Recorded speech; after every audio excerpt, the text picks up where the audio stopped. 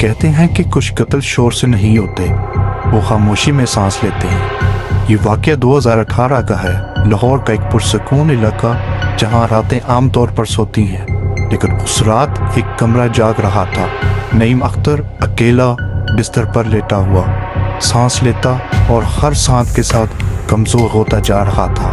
نہ اسے درد محسوس ہوا، نہ چیخ نکلی، نہ ہی کوئی مدد مانگی گئی، کیونکہ زہر آج نہیں مہینوں پہلے دیا جا چکا تھا۔ سٹوری والٹ اردو میں ایک بار پھر خوش آمدید۔ اگلی صبح دروازہ اندر سے بند تھا، پولیس آئی، تالا توڑا گیا، کمرے میں سب کچھ صاف تھا، بستر سلیقے سے، کپڑے طے کیے ہوئے، کوئی جدوجہد نہیں، لیکن نعیم اختر زندہ نہیں تھا۔ پوسٹ مارٹم رپورٹ نے سب کو ہلا کر رکھ دیا۔ یہ دل کا دورہ نہیں تھا، یہ زہر تھا جو روز دیا گیا تھا، اتنا آہستہ کہ جسم کو شک تک نہ ہوا۔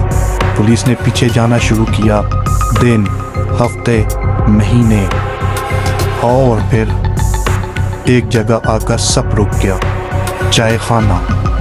وہی چائے خانہ جہاں نعیم روز جاتا تھا، وہی میز، وہی کرسی اور وہی لڑکا، سلمان، خاموش، مسکراتا ہوا، ہر روز الگ کپ میں چائے لاتا تھا۔ کپ پر سلمان کے انگلیوں کے نشان تھے، چائے میں وہی زہر جو نعیم کے جسم میں تھا۔ جب سلمان سے پوچھا گیا تو وہ پہلے مسکرایا، پھر آہستہ سے بولا، میں نے اسے مارا نہیں، میں نے بس اسے جینے دیا جیسے میرے باپ نے جیا تھا، روز تھوڑا تھوڑا مر کر۔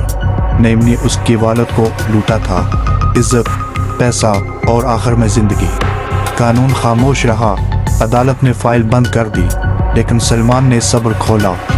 3 مہینے، ہر دن ایک کپ، ہر کپ میں ایک بوند۔ نعیم مر گیا اور اسے خبر تک نہ ہوئی۔ عدالت میں سلمان کو عمر قید ملی۔